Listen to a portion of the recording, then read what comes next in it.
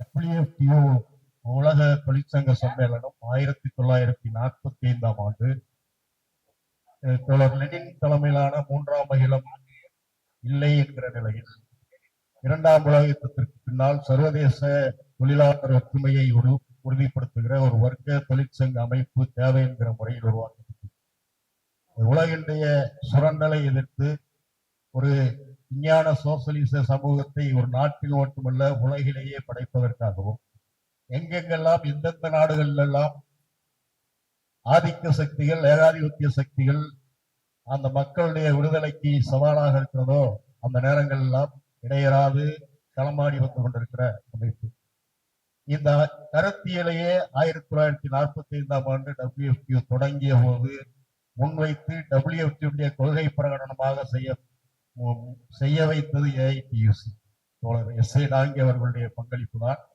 இன்றைக்கு உலக முழுமையிலும் இருக்கிற எத்தனையோ உலக தொழிற்சங்கங்கள் இருக்கலாம், ஒரு வர்க்க தொழிற்சங்கம் என்கிற முறையில் ஒரு WTO தான் உலக தொழிற்சங்கமாக இருந்தது. வேலை நிறுத்த உரிமையை பறிக்கிற ஒரு நடவடிக்கை ILOவில் கடந்த 10 ஆண்டுகளுக்கு மேலாக நடந்து கொண்டிருந்த சூழலில் சர்வதேச நீதிமன்றத்தில் WTO வழக்கறிஞர்கள் நேருக்கு நேராக நின்று அதை முறியடித்து வேலை நிறுத்த உரிமையும் அமைப்பு சேருவதற்கான உரிமையோடு இணைந்தது என்பதை உறுதி செய்திருக்கிறார்கள். ஆக உலகம் முழுமையிலும் இருக்கிற உழைக்கிற மக்களின் பக்கம், உலகம் முழுமையிலும் இருக்கிற பாதிக்கப்படுகிற ஒடுக்கப்படுகிற மக்களின் பக்கம், தேசங்களின் பக்கம் இணைந்து நின்று பணியாற்றி கொண்டிருக்கிற உலக தொழிலாளி வர்க்கத்தினுடைய அமைப்பான WTO பிரகடனத்தோடு நாம் இணைந்து பயணிக்க வேண்டும் என்கிற முறையில் இந்த கூட்டம் ஏற்பாடு செய்யப்பட்டிருக்கிறது. முறைப்படி நிகழ்வுடைய தலைவர்களை வரவேற்பதற்கு முதலில் மத்திய சென்னை மாவட்ட குழுவினுடைய AITC செயலாளர் தோழர் சம்பத் அவர்களை அழைக்கிறேன். தோழர்களே, எல்லோரையும் தலைவர்களையும் மாண்புமிகு அமைச்சர் அவர்களையும் வருகை தந்த அனைவரையும் வரவேற்று அமைகிறேன். வணக்கம். மாண்புமிகு அமைச்சர் அவர்களுக்கு நம்முடைய AITC தேசிய செயலாளர் தோழர் வைதான் ஜாம் அவர்கள் பயனாடை அணிவித்து அறிவிப்பார்.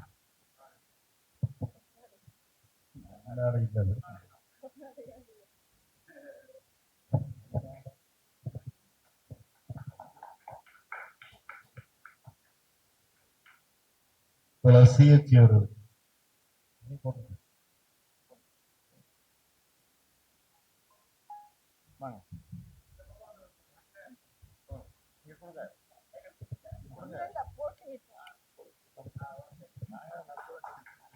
தோழர் கோபண்ணா அவர்களுக்கு,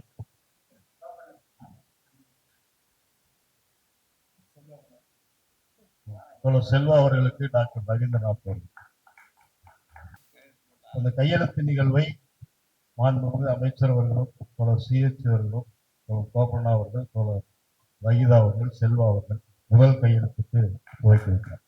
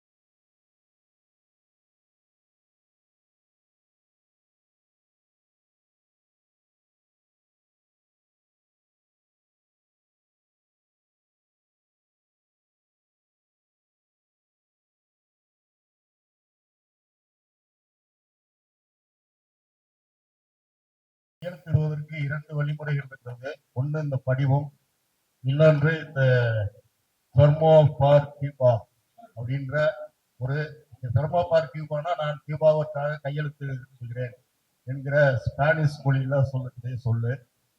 இந்த பேர்ல ஒரு இணைய பக்கம் இருக்கிறது. அதற்குள்ளேயும் சென்று இணைய வழியில் ஆன்லைன்லையும் கையெழுத்திடலாம்.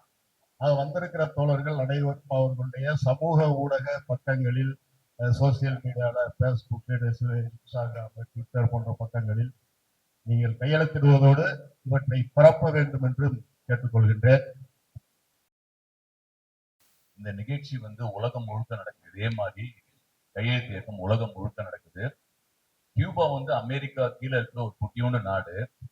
அந்த நாட்டிற்காக இந்தியாவுல, தமிழ்நாட்டுல, சென்னையில் இருக்கக்கூடிய கம்யூனிஸ்ட் கட்சி அலுவலகத்துல ஒரு தமிழ்நாட்டினுடைய அமைச்சர் ஏன் கையெழுத்திட்டு தொடக்கி வைக்க வேண்டிய அவசியம் என்ன அப்படின்னு ஒரு கேள்வி கேட்டோம் என்று சொன்னால், இன்றைக்கு கியூபா என்ற ஒரு நாட்டை அமெரிக்காவினுடைய ட்ரம்ப் அவர்கள், அந்த கியூபா நாட்டினுடைய தலைவர், குறிப்பாக பிடல் காஸ்ட்ரோ சேகுவாரோடு இணைந்து கியூபா புரட்சிக்கு முக்கியமான தலைகர்த்தா இருந்தவர் ரால் காஸ்ட்ரோ.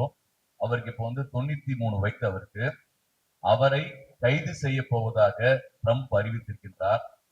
ரால் காஸ்ட்ரோவை கைது செய்வதன் மூலமாக கியூபாவை படையெடுத்து அதை நாசம் செய்ய போகிறேன் என்று அமெரிக்காவின் அதிபர் ட்ரம்ப் வெளிப்படையாக அறிவித்திருக்கின்றார். அது மட்டுமல்ல, கியூபாவை கிட்டத்தட்ட பல ஆண்டுகளாக பொருளாதார தடை இருக்கின்றது. அங்கே பெட்ரோலில் மிகப்பெரிய தட்டுப்பாட்டை உருவாக்கின்றது. கியூபாவில் என்னன்னா, அந்த நாட்டிற்கு தேவையான 50% கச்சா எண்ணெய் அவர் உற்பத்தி செய்து கொண்டாலும் மீதி பல்வேறு நாடுகள் வர வேண்டியிருக்கிறது. அதற்கு தடை விதித்திருக்கிறார்கள். இப்போ மருந்துகள் மிகப்பெரிய அளவுக்கு தடை விதிச்சிருக்கின்றது.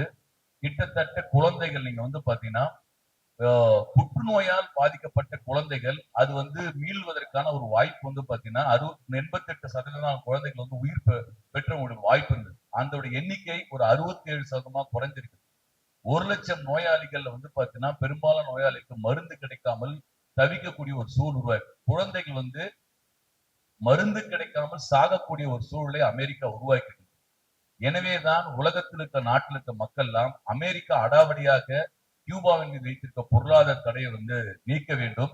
குறிப்பாக ரால் காஸ்ட்ரோவை கைது செய்யறேன்னு சொல்றாரு. நம்மளாம் இங்க தமிழ்நாட்டுல தெரிஞ்சுக்க வேண்டிய அவசியம் என்னன்னா, கியூபாவில பிடல் காஸ்ட்ரோ சேகுவாரா தலைமையில புரட்சி நடந்த வருஷம் 1959 புரட்சி நடந்த உடனே உலகத்தில் இந்திய நாடுதான் அங்கீகரித்தது. அந்த புரட்சியை நேரு தலைமையிலான அரசாங்கம் அங்கீகரித்தது.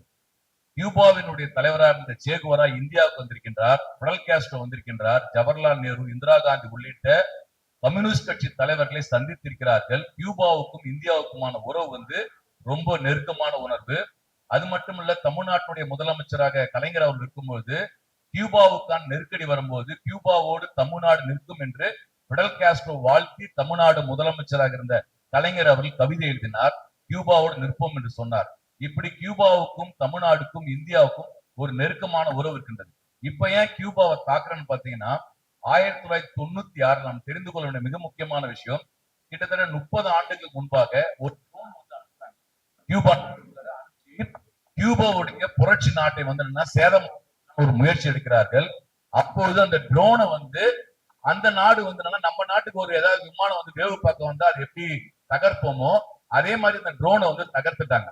அந்த ட்ரோனை தகர்த்ததை அதை குற்றமா வைத்து 30 வருஷத்துக்கு முன்னாடி கியூபா மேல் பறந்த ஒரு ட்ரோனை தகர்த்ததை குற்றமா வைத்துதான் இன்றைக்கு அந்த நாட்டில் இருக்கக்கூடிய மூத்த தலைவர் ரால் காஸ்ட்ரோவை அமெரிக்கா குற்றவாளியாக்கி அவரை கைது செய்வோம், நாட்டை அழித்தொழிப்போம் என்று இன்றைக்கு அமெரிக்கா சொல்லியிருக்கின்றது. குறிப்பாக ட்ரம்ப் நேரடியாக தாக்குதல் தொடர்ந்து வந்துட்டார். கியூபா முழுக்க அமெரிக்காவில போர் கப்பல்கள் நெருங்கி விட்டன. எப்படி வெனிசுலா நாட்டுக்கு போர்க்கப்பல் நெருங்கி சென்று அதற்கு பிறகு அந்த அதிபர் மதுரோவை இன்னைக்கு நியூயார்க் நகரத்துல கடத்தி சென்று கைது செய்து வைத்திருக்கிறார்களோ அப்படிப்பட்ட ஒரு சூழல் இன்னைக்கு உருவாயிருக்கின்றது.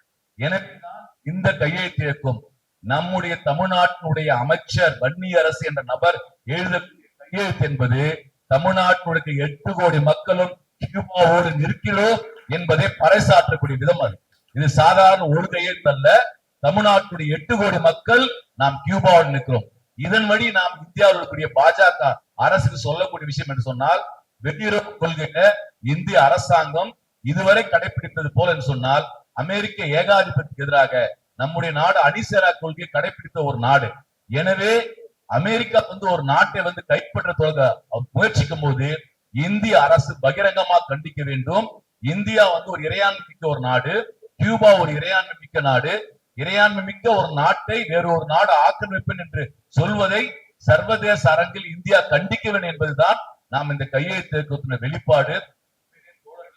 இன்றைக்கு சர்வதேச அளவுல கூட நீங்க நம்ம பயன்படுத்தக்கூடிய எல்லா பொருட்களும் பாத்தீங்கன்னா பன்னாட்டு நிறுவனங்கள், சர்வதேச முதலாளிகள் ஒற்றுமையாக இருக்கின்றார்.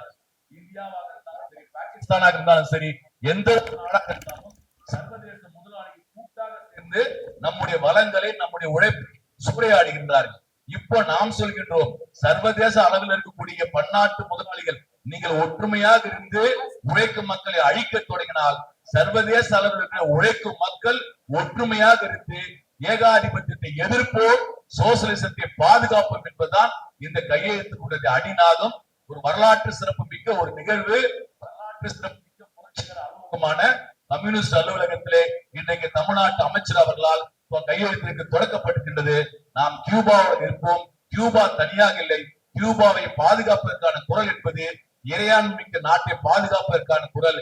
கியூபாவை பாதுகாப்பது, சோசலிசத்தை பாதுகாப்பதற்கான குரல், கியூபாவை பாதுகாப்பது என்பதற்கான குரல் என்பது முதலாளித்துவத்தை எதிர்த்து வீறு கொண்ட குரல் என்பதை இந்த நேரத்தில் பதிவு செய்து இந்த உணர்ச்சி மிக எழுச்சி மிக நிகழ்ச்சி ஏற்பாடு செய்த உங்களுக்கு மார்க்சிஸ்ட் கம்யூனிஸ்ட் கட்சியின் சார்பாக புரட்சிகர வாழ்த்துக்களை தெரிவித்து விடைபெறுகின்றேன். நன்றி, வணக்கம்.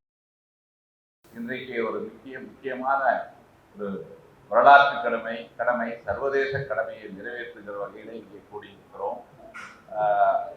1959 உருவான கியூபா மீது கடந்த 65-70 ஆண்டுகளாக அமெரிக்கா தொடர்ந்து அந்த தாக்குதலை எதிர்கொண்டு அந்த நாடு இன்றைக்கும் போராடி கொண்டிருக்கிறது என்று சொன்னால், அந்த மக்களுக்காக கடந்த காலத்திலே பண்டித ஜவஹர்லால் நேரு பிரதமராக இருந்தபோது அவர்களுக்கு ஆதரவாக இருந்தார். இந்தியா வந்தபோது அவர்களை வரவேற்று மகிழ்ந்திருக்கிறார்கள். ஐநா சபை கூட்டத்திற்கு ஒரு முறை ஜவஹர்லால் நேரு போனபோது அன்றைக்கு புடர் காஸ்ட்ரோ எங்கே தங்கியிருந்தாரோ அந்த அறைக்கு அவர் நேரடியாக சென்று அவரை நலம் விசாரித்த செய்தியெல்லாம் நாம் கேள்விப்பட்டிருக்கிறோம். அந்த வகையில் இந்திரா காந்தியாக இருந்தாலும் ஜவஹர்லால் நேரு அவர்களாக இருந்தாலும் இந்த கியூபாவை அங்கீகரித்த முதல் நாடுகளிலே இந்தியா ஒன்று என்ற அந்த பெருமை நமக்கு உண்டு. ஆக இன்றைக்கு இருக்கிற நரேந்திர மோடி ஆட்சியிலே நீங்கள் கியூபாவுக்கு ஆதரவாக குரல் கொடுப்பார் என்று நாம் எதிர்பார்க்க முடியாது. அந்த பாரம்பரியத்திலே வந்தவர்களும் அல்ல அவர்கள். இன்றைக்கு அமெரிக்காவுக்கு எதிராகவே பேச துணிவற்ற ஒரு பிரதமரை நாம் பெற்றிருக்கிறோம்.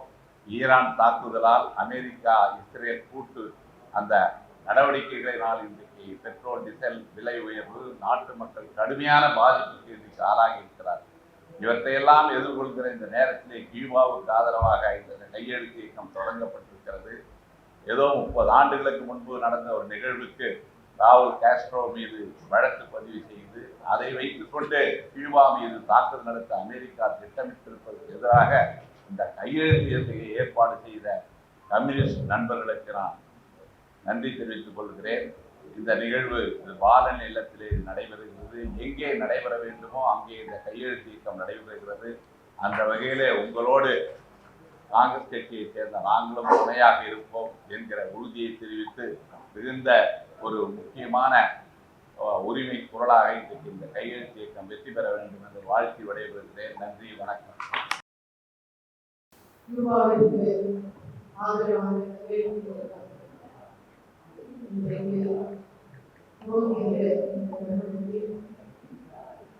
தமிழ்நாட்டு மக்களின் பிரதிநிதியாக மாண்புமிகு அமைச்சர் தமிழரசு அவர்கள்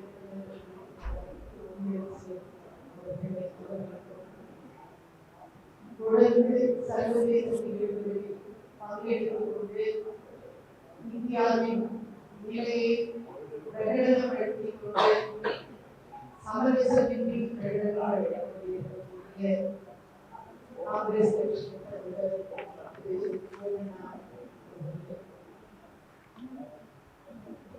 மார்க்சிஸ்ட் கம்யூனிஸ்ட் கட்சியின் தமிழ்நாடு செயற்குழு உறுப்பினர் தோழர் செல்வா அவர்கள் இங்கே வந்திருக்கக்கூடிய தோழர்கள் சகோதரர்கள் அனைவருக்கும் உலக தொழிற்சங்கங்களின் சம்மேளனம் கடந்த 12-13 தேதியில அதோடைய ரெசிடென்ஷியல் கவுன்சில் மீட்டிங் நடந்தது. அந்த மீட்டிங்ல உலக அளவில் சர்வதேச அளவில் world federation of trade unions, அதாவது உலக தொழிற்சங்கங்களின் சம்மேளனம் என்று சொல்லக்கூடிய WTO-வோட இணைக்கப்பட்ட சங்கங்கள் உலகம் முழுவதும் 135 நாடுகளில் WTO-வுடைய இணைக்கப்பட்ட சங்கங்கள். அத்தனை சங்கங்களுக்கும் அழைப்புகள் விடுத்து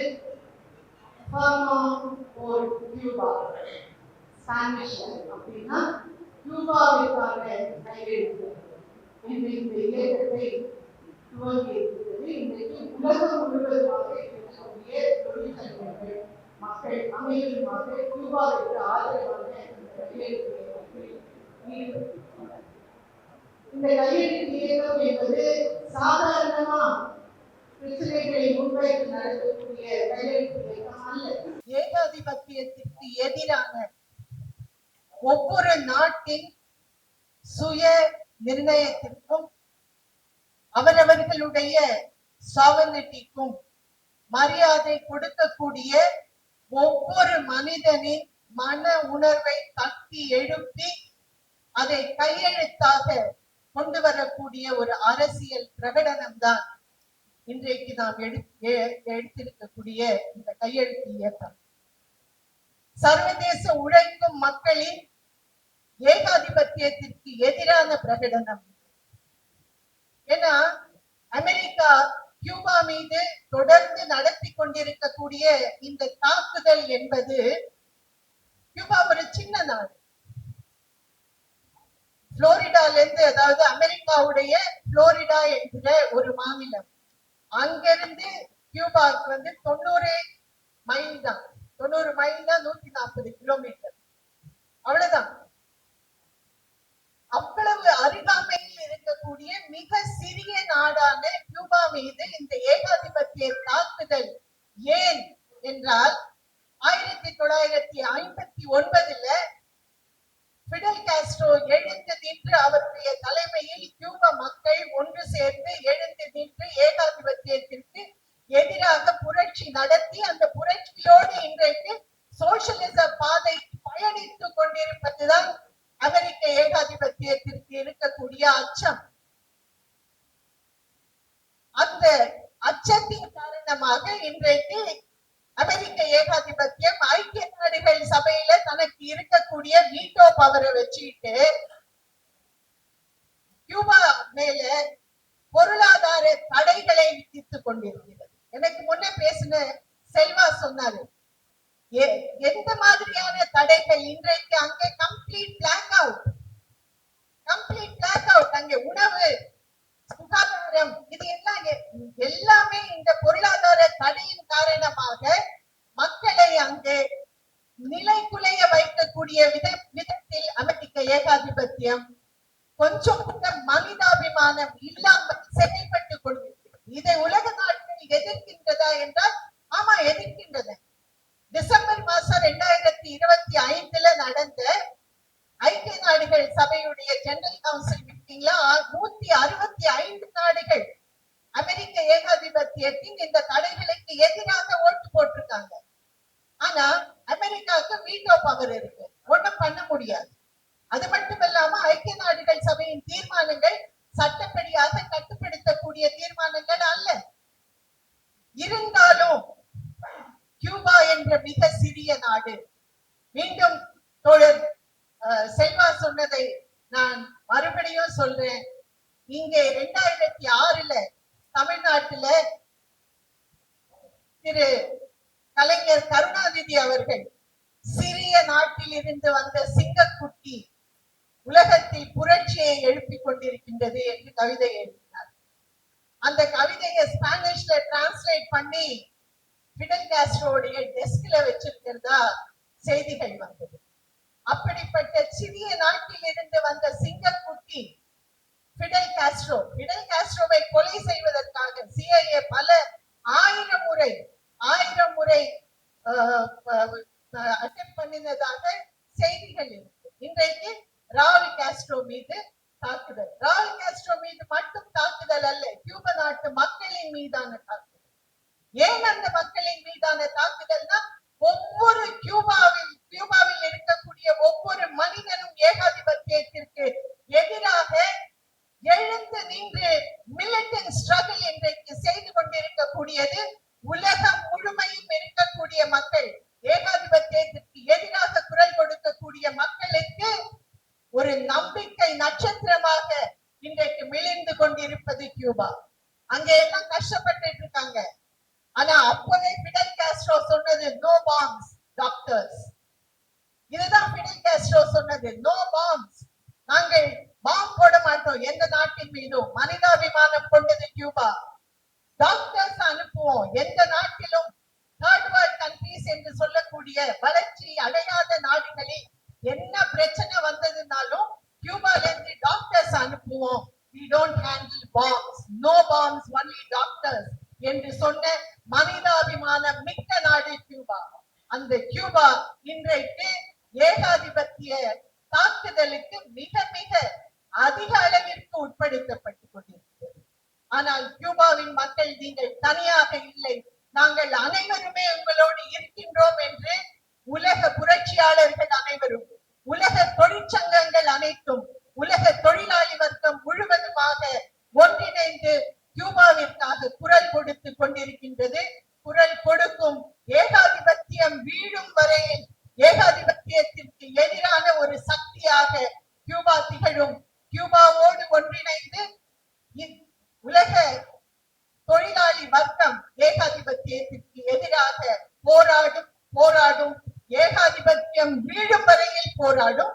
கியூபாவிற்கு ஆதரவான இந்த கையெழுத்து இயக்கத்தை AITUC நாடு முழுவதுமாக இருக்கக்கூடிய அனைத்து தொழிலாளர்கள், இளைஞர்கள், மாணவர்கள், பெண்கள் மத்தியில் கொண்டு சென்று சிறப்பான முறையில் இதை செய்து முடிப்போம். செய்து முடிப்பதற்காக இங்கே இருக்கக்கூடிய அனைவரும் ஒத்துழைப்பு கொடுக்க வேண்டும் என்று கேட்டுக்கொண்டு முடிக்கின்றேன். கியூபாவுக்கு ஆதரவாக ஒரு கையெழுத்து இயக்கம் என்று சொல்வது அது ஒன்றும் புதுசு கிடையாது. காரணம், இது ஏதோ நம்முடைய AITUC முன்முயற்சி மட்டுமல்ல, இந்தியாவுடைய ஆதரவு கியூபாக்கு என்பது உலகம் முழுக்க தெரிஞ்ச விஷயம். எல்லாரும் சொன்னாங்க. அந்த புரட்சி ஏற்பட்டு அங்கே ஆட்சி மாறிய பிறகு அன்றிலிருந்து 1959 தொடர்ந்து இந்தியா அதுக்கு ஆதரவாக தான் நம்ம இருந்து கொண்டிருக்கிறோம். ஆனால் இன்னைக்கு புதிய பிரச்சனைகள், ஏற்கனவே ரொம்ப நெருக்கடியில் தான் கியூபா செயல்பட்டு கொண்டிருக்கிறாங்க. ரொம்ப சிறிய நாடு, எல்லாருக்கும் தெரியும். 1 கோடி மக்கள் கூட கொஞ்சம் அதிகமாக இருக்கக்கூடிய ஒரு சின்ன நாடு தான். சென்னையே 1 கோடிக்கு மேலே. அப்போ அது ஒரு நாடு. அது யார் அச்சுறுத்துறாங்கன்னா, அவங்க தலைக்கு மேலே இருக்கிற அமெரிக்கா. அங்கே ஒரு 35-40 கோடி மக்கள் இருக்கிறாங்க. வைதா சொன்ன மாதிரியாக அந்த அமெரிக்காவுக்கு கீழே இருக்கக்கூடிய ஒரு சின்ன ஒரு ஊர். அது ஃபோன் ஓதினா நசுக்கிற மாதிரி இருக்கக்கூடிய சின்ன ஊர். ஆனால் அமெரிக்கானா இன்ன வரைக்கும் கியூபாவை தொட முடியவில்லை என்கின்ற அளவுக்கு நம்ம உலகத்தில் பார்த்து கொண்டிருக்கிறோம். ஆனால் நீ நெருக்கடி அதை ஏற்படுத்திக்கிட்டே இருக்கிறாங்க. ஏற்கனவே நெருக்கடி தான். நான் போயிருக்கிறேன் கியூபாவுக்கு. அங்கே எவ்வளவு நெருக்கடிக்கிடையே மக்கள் வாழ்ந்து கொண்டிருக்கிறாங்க என்பது தெரியும். நம்ம ரொம்ப பெருமையாக பார்க்கிறோம். காரணம், இன்னைக்கும் உலக குலம் இன்றைக்கு உய்ய வேண்டும் என்று சொன்னால் அது ஒரே பாதை சோசியலிசம் என்பது நம்ம எல்லாருக்கும் தெரிஞ்சது தான். எவ்வளவு ஒத்துக்கிறோங்கிறது 2வது விஷயம். 100% ஒத்துக்கிறோம், சில பேர் 50% ஒத்துக்கிறாங்க, ஒத்துக்காமல் இருக்கிறாங்க. ஆனால் உண்மை அதுதான். ஆக அந்த வழியில இன்றைக்கு அவங்க இருக்கின்ற காரணத்தினால தைரியமா நின்று கொண்டிருக்கிறாங்க. ஆனா இன்றைக்கு அமெரிக்க ஏகாதிபத்தியம் பல்வேறு விதமான தட்டாம்பிள்ளைத்தனமாக எல்லா நாடுகள்லையும் உள்ள போறான்னு பார்க்கிறோம். ஈரான்ல என்ன நடந்தது எல்லாருக்கும் தெரியும். அது அந்த நாடு. அங்க போய் அதனுடைய அதிபர் கொமெனியை இன்றைக்கு கொடூரமாக கொண்டிருக்கிறாங்க. அது மாதிரி இன்றைக்கு பாலஸ்தீனத்தில் என்ன நடந்து கொண்டிருக்கு, இஸ்ரேலோடு சேர்ந்து பண்ணிக்கிட்டு இருக்கிறாங்க. இப்ப இந்த சினிமால வர மாதிரியாக அமெரிக்கால இருந்து வரா வெனிசுலா நாடுடைய அதிபர் அப்படியே அழகா எடுத்துன்னு போறான். அங்க வந்து சிறை கைதியா வச்சிருக்கிறான் அவருடைய மனைவியோட சேர்த்து அப்படின்னு சொன்னா எந்த அளவுக்கு அராஜகம் அவங்க பண்ணிக்கிட்டே இருக்கிறாங்க. இப்போ ஒரு தேவையில்லாத பிரச்சனை கிளப்பி இன்றைக்கு கியூபாவை ஒரு தீவிரவாத நாடு, அதனுடைய மிகப்பெரிய தலைவர் பிடல் காஸ்ட்ரோ அவருடைய தம்பி, அவர் வந்து தீவிரவாதி அப்படின்னு சொல்லி அவரை பிடிக்கணும். அதுதான் அது ஒரு காரணம் உள்ள போறது. ஆனா ஒன்றும் நடக்கல. அங்க கியூபாவுக்கு எதிராக அமெரிக்காவில் கூட இந்த மியாமியில் இருந்து அங்க சில எதிர்ப்பு இயக்கங்கள் இருக்கு. அவன் ஏதோ சின்ன விமானத்துல வந்து ஏதோ பார்த்துருக்கிறான், அது இவங்க சுட்டுட்டாங்க. அது சுட்டதுல அந்த விமானத்துல 3 பேர் அமெரிக்கர்கள் இருந்தாக சொல்றாங்க.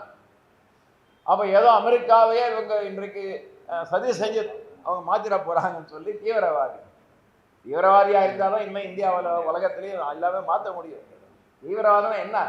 அரசியல் சட்டத்துக்கு எதிராக தீவிரவாதியா இருக்கிறானோ மோடி ஆட்சி அப்படின்னு சொல்றோம், அதுக்கு எதிராக நம்ம தீவிரவாதம் தான். அவங்க பண்ற தவறெல்லாம் சொன்னா தீவிரவாதி. அப்போ அவர் இன்றைக்கு தீவிரவாதி சொல்லி கொலை குற்ற முயற்சி. அது மாதிரி அந்த நாடே இன்றைக்கு பயங்கர தீவிரவாத நாடா கியூபா. உலக அமைதிக்கு இன்னைக்கு யார் இருக்கிறாங்கன்னு சொன்னா கியூபா தான். அதே மாதிரி மனித குலத்திற்காக நம்ம கொரோனா டயத்தில் பார்த்தோம், உலகம் முழுக்க எவ்வளவு உதவி பண்ணாங்க. ஆனா அவங்களை வந்து அசால்ட்டா நீ வந்து இன்றைக்கு இது மாதிரி ஒரு தீவிரவாதி அப்படின்னு சொல்லி அதை குலைப்பதற்காக தடை இருந்துகிட்டே இருக்கு. அது இன்னும் அதிகரிச்சுக்கிட்டே இருக்கிறாங்க. அமெரிக்காவை எதிராக இருக்கக்கூடிய தடையை அதிகரித்து நெருக்கடியை கொண்டு வராங்க. அப்போ பொருளாதார ரீதியாக செத்துடணும், அது மாதிரி அரசியல் ரீதியாக இந்த சோசியலிஸ்ட் சித்தாந்தம் ஒழிய வேண்டும், இராணுவ ரீதியாக நான் அவங்கள அடக்கிடுவேன். இப்படி ஒரு சதி திட்டத்தை இன்றைக்கு அமெரிக்கா கொண்டு வருவாங்கன்னு சொன்னா அது ஏதோ கியூபாவுக்கு ஆதரவு அப்படி என்பது மட்டுமல்ல, அதற்கு அடுத்த கட்டத்துக்கு போக வேண்டிய ஒரு அவசியம் இன்றைக்கு உலக நாடுகள் இருக்கு. ஏன்னா ஐக்கிய நாடுகள் சபையிலையும் இதெல்லாம் பேசிய பிறகும் அமெரிக்கா அடாவடி பண்ணிக்கிட்டே இருக்கிறாங்க. இந்த அமெரிக்காவோட அடாவடியை நம்ம எதிர்த்து தான் உலகம் முன்னேற முடியும். ஆனா இன்னைக்கு ஓப்பனா அவங்க பண்றாங்க அப்படின்னு சொன்னா இது ரொம்ப ரொம்ப ஆபத்தானது. வியட்நாம், கியூபா இதெல்லாம் இன்றைக்கு நமக்கு இன்னும் இருக்கு. சோசியலிசம் முடிய என்பதற்கு இதெல்லாம் எடுத்துக்காட்டு. அப்ப அதை வந்து இன்னைக்கு அவன் டச் பண்ணணும்னு பாக்குறான்னு சொன்னா ஆக அந்த மக்கள் ரொம்ப கஷ்டத்துல இருக்கிறாங்க. அது மேல பொருளாதார தடை, எல்லா விதமான தடையை இன்னைக்கு அவங்க சொல்லி பண்ணிக்கிட்டே இருக்கிறாங்க அப்படின்னு பாக்குறோம். அந்த தகடையெல்லாம் அகற்ற வேண்டும். அது ஒரு நாடு, எல்லாரும் யார் விரும்புறாங்களோ அவங்க உதவலாம். இந்தியா எவ்வளவு பேருக்கு உதவுறோம், இந்தியாவுக்கு எவ்வளவு பேருக்கு உதவிதான். இந்தியாவில் வந்து இன்றைக்கு சோழித்திய நாடு உதவாம பொதுத்துறை வந்திருக்குமா? எல்லாருக்கும் உதவிதான் இன்னைக்கு உலகளாவிய மோடியா சொல்றாரு, வாசுதேவ குடும்பம், உலகம் முழுக்க ஒரே குடும்பம்ன்றாரு. அப்போ கியூபா அந்த குடும்பத்தில் தானே இருக்கு. அதையே நம்ம நெசுக்கணும். அது தீவிரவாதமே கிடையாது. ஆனா அப்படி ஒரு குற்றத்தை சொல்லி அவங்க நெசுக்க பார்க்குறாங்க அப்படின்னு நம்ம பார்க்கிறோம். ஆனா மக்கள் இவ்வளவு நெருக்கடியிலையும் அசர மாட்டேங்கிறாங்க. எல்லாம் அவங்க வந்து இன்னைக்கு தைரியமாக வா நீ வா நான் பார்த்துடலாம் அப்படின்னு இருக்கிறாங்கன்னு சொன்னா அது நமக்கும் இந்தியாவில் கூட ஒரு பெரிய பாடமாக நம்ம எடுத்துக்கொள்ள வேண்டும். ஆக அந்த கியூபா மக்களுக்கு இப்போ வெறும் நட்பு ஆதரவு மட்டுமல்ல, அது கையெழுத்து போடுறோம். ஆனால் அதுக்கு அடுத்தபடியாக அதை வந்து பாதுகாப்பதற்கு உலக அளவில் இன்றைக்கு நம்ம இயக்கங்கள் நடத்த வேண்டும் என்று சொன்னால் அதில் மகிழ்ச்சி. உலக தொழிற்சங்க சம்மேளனம் 1945 ஆரம்பித்த முதல் உலக அளவில் இருக்கக்கூடிய ஒரு தொழிலாளருடைய சங்கம். அதில் இப்போ முடிவு எடுத்திருக்கோம். அதில் வந்து சுமார் 135 நாடுகள் உறுப்பினர்களாக இருக்கிறாங்க. ஒரு 11-12 தொழிலாளர்கள் அதில் உறுப்பினர்களாக இருக்கிறாங்க. இப்போ மே மாதம் 12-13 தேதிகளில் அதனுடைய உலக அளவிலான அந்த பொதுக்குழு கூட்டத்தில் இந்த முடிவு எடுத்திருக்கிறோம். கியூபாவை இந்த மாதிரியாக தனியாக நசுக்க விடக்கூடாது, அதுக்கு தொழிலாளிகளும் மக்களும் அதுக்கு இன்றைக்கு வர வேண்டும் என்கின்ற ஒரு நிர்பந்தத்தை ஏற்படுத்துவதற்காக இந்த இயக்கத்தை இன்னைக்கு மேற்கொண்டிருக்கிறாங்க. அதனுடைய பகுதியாக இன்னைக்கு ஏஐடியூசி முன்முயற்சியில் இங்கே சென்னையில் இந்த இது எடுத்திருக்கிறோம். அமைச்சர் வந்திருப்பது ரொம்ப ரொம்ப எல்லாரும் சொன்ன மாதிரி தமிழகமே இன்னைக்கு இதில் பின்னாடி இருக்கு என்கின்ற அளவுக்கு நாம் இது மகிழ்ச்சியாக இருக்கிறோம். அவருக்கு நம்ம வாழ்த்துக்கள். அவர் மந்திரியானதால் நமக்கு ரொம்ப மகிழ்ச்சி. அவர் இங்கே வந்து இதில் வந்தது நமக்கு ரொம்ப பெரிய மகிழ்ச்சியாக இருக்கின்றது. இது இந்தியா முழுவதும் ஏஐடியூசி மட்டுமல்ல, இன்னும் விரிவடைந்து மக்களையும் இணைத்து அவர்களுக்கு இந்த பிரச்சனையை சொல்லி ஆதரவை திரட்டுவதற்கு உதவி செய்வதற்கான பல முயற்சிகள் மேற்கொள்ள இருக்கின்றோம். ஆக இந்த நிகழ்ச்சிக்கு எல்லாரும் வந்து அவங்களுக்கு நன்றி. இன்னும் இது அதிகமாக ஏதோ ஒரு நாள் இன்றைக்கு ஒரு கையெழுத்து போட்டோம் என்பது இல்லாமல் இன்னும் தீவிரமாக இந்த பிரச்சனை தலையிட்டாதான் அமெரிக்காவிலிருந்து கியூபாவை காப்பாற்ற முடியும். கியூபாவை காப்பாற்ற முடியல அப்படின்னு சொன்னால் மிகப்பெரிய இழப்பாயிடும். ஆகவே இது ஒரு நம்ம கவனமாக பார்க்க வேண்டும், நம்ம பிரச்சனையாக எடுத்துக்கொள்ள வேண்டும். இந்தியாவிலேயே நிறைய பிரச்சனை இருக்கு, ஆனால் அது இணையாக இந்த பிரச்சனையை எடுத்துக்கொள்ள வேண்டும் என்று நான் விரும்புகின்றேன். இதற்கு முயற்சி எடுத்த ஏஐடியூசிக்கு என்னுடைய சிறப்பான பாராட்டுதல் இந்த நேரத்தில் தெரிவித்துக் கொள்கின்றேன். நன்றி, வணக்கம். அமெரிக்க ஏகாதிபத்திய இன்றைக்கு ஒவ்வொரு நாடாக அச்சுறுத்தி அதை கபலீகரம் செய்து கொண்டிருக்கின்றது அல்லது அழித்துக் கொண்டிருக்கிறது என்பதை நாம் பார்த்து கொண்டிருக்கின்றோம். சதாம் ஹுசேனை அப்படித்தான் அங்கே அணு ஆயுதம் இருக்கிறது என்று சொல்லி அவர் நாட்டுக்குள் படையெடுத்து சதாம் ஹுசேனை பிடித்து வந்து அவரை தூக்கில் போட்டு படுகொலை செய்தார்கள். அதே போலதான் ஈரானுடைய அதிபர் கொமேனியும் அப்படித்தான் அவர்களை படுகொலை செய்தார்கள். இவர் நம்முடைய மரியாதைக்குரிய வெனிசுலாவுடைய அதிபர் நிக்கோலஸ் மதுரோவையும் வீடு புகுந்து தூக்குவதை போல அந்த நாட்டுக்குள் புகுந்து தூக்கி சென்றிருக்கின்றது அமெரிக்க பயங்கரவாத அரசு. இன்றைக்கு வெளிப்படையாக கியூபா மீது ஒரு மிகப்பெரிய யுத்தத்தை நடத்தி கொண்டிருக்கின்றது அமெரிக்கா. பொருளாதார யுத்தம், பொருளாதார தடை, பல்வேறு தடைகளை விதித்து கியூபாவை தன் வழிக்கு கொண்டு வருவதற்காக ஒரு கொலை குற்றச்சாட்டை சுமத்திருக்கிறது அந்த நாட்டுடைய அதிபர் ராகுல் காஸ்ட்ரோ மீது. அவர் 94 வயது. 96 நடைபெற்ற ஒரு சம்பவம். அங்கே பறந்திருந்த ட்ரோன் சுட்டு வீழ்த்தப்பட்ட போது அதிலே 4 பேர் கொல்லப்பட்டார்கள். அதிலே 3 பேர் அமெரிக்கர்கள் என்று இப்போது புதிதாக ட்ரம்ப் கண்டுபிடித்திருக்கிறார். எத்தனையோ கண்டுபிடிப்புகளை அவர்கள் செய்திருக்கிறார்கள். ஈராக்கில் கூட அங்கே சதாம் ஹுசேன் இருப்பது பெரிய அணு ஆயுதம் என்று சொல்லி கண்டுபிடித்து அவரை படுகொலை செய்த பிறகும் கூட அணு ஆயுதத்தை அவர் எங்கேயுமே காட்டியதில்லை, இல்லை என்று சொல்லிவிட்டார்கள். ஆனால் இப்பொழுது ராகுல் காஸ்ட்ரோ 94 வயது நிரம்பியவர். அவர் இந்த படுகொலையில் சம்பந்தப்பட்டிருக்கிறார்.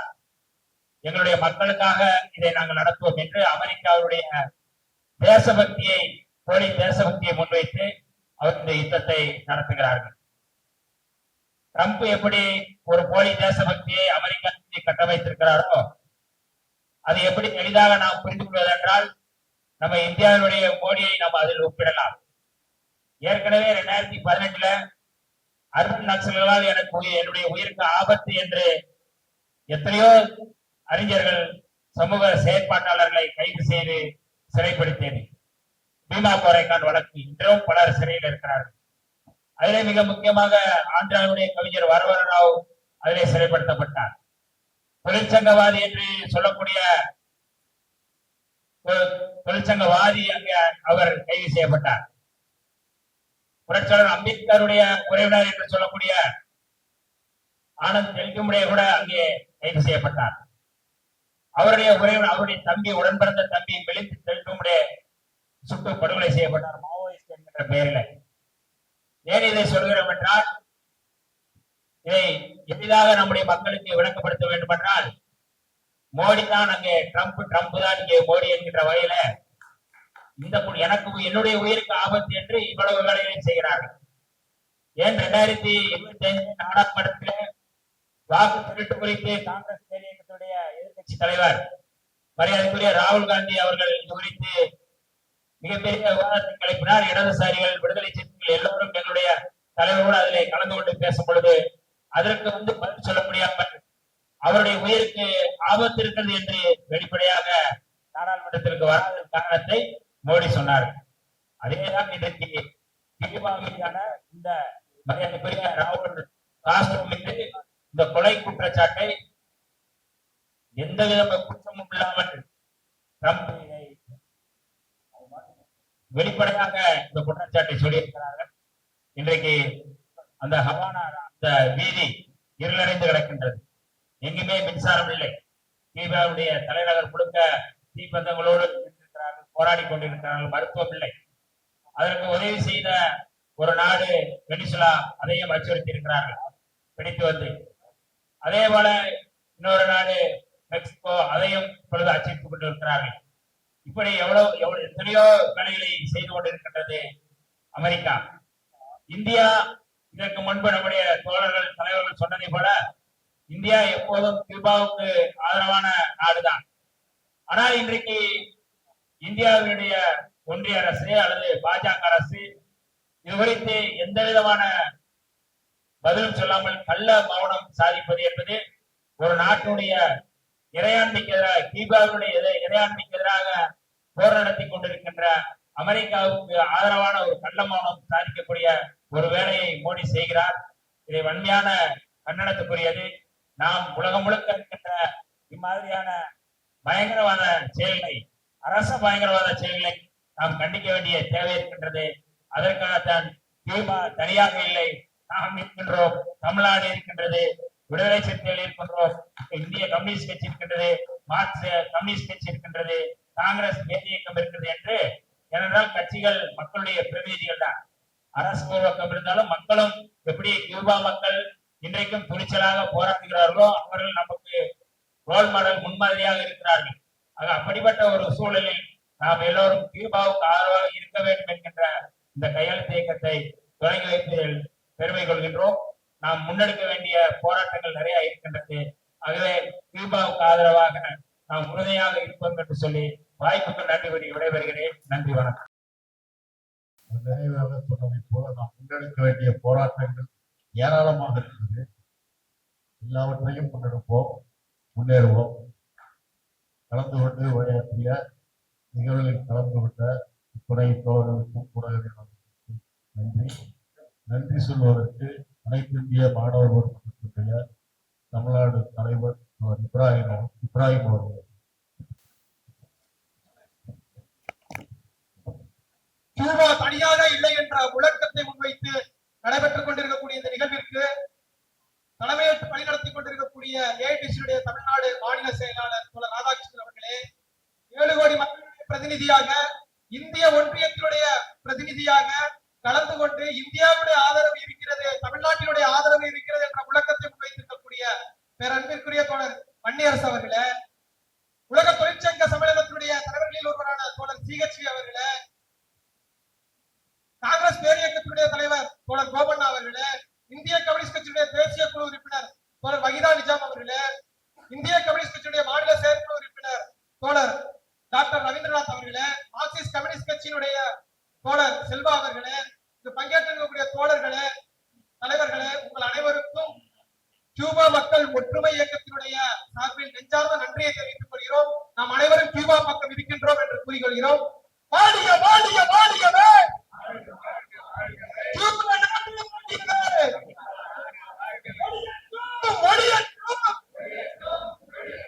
அமெரிக்காவின் சர்வாதிகாரம், அமெரிக்காவின் சர்வாதிகாரம்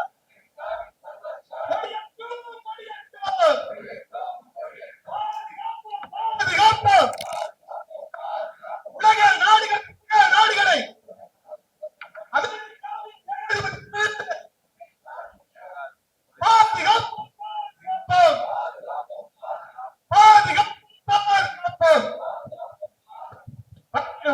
காட்டிடுவோம்,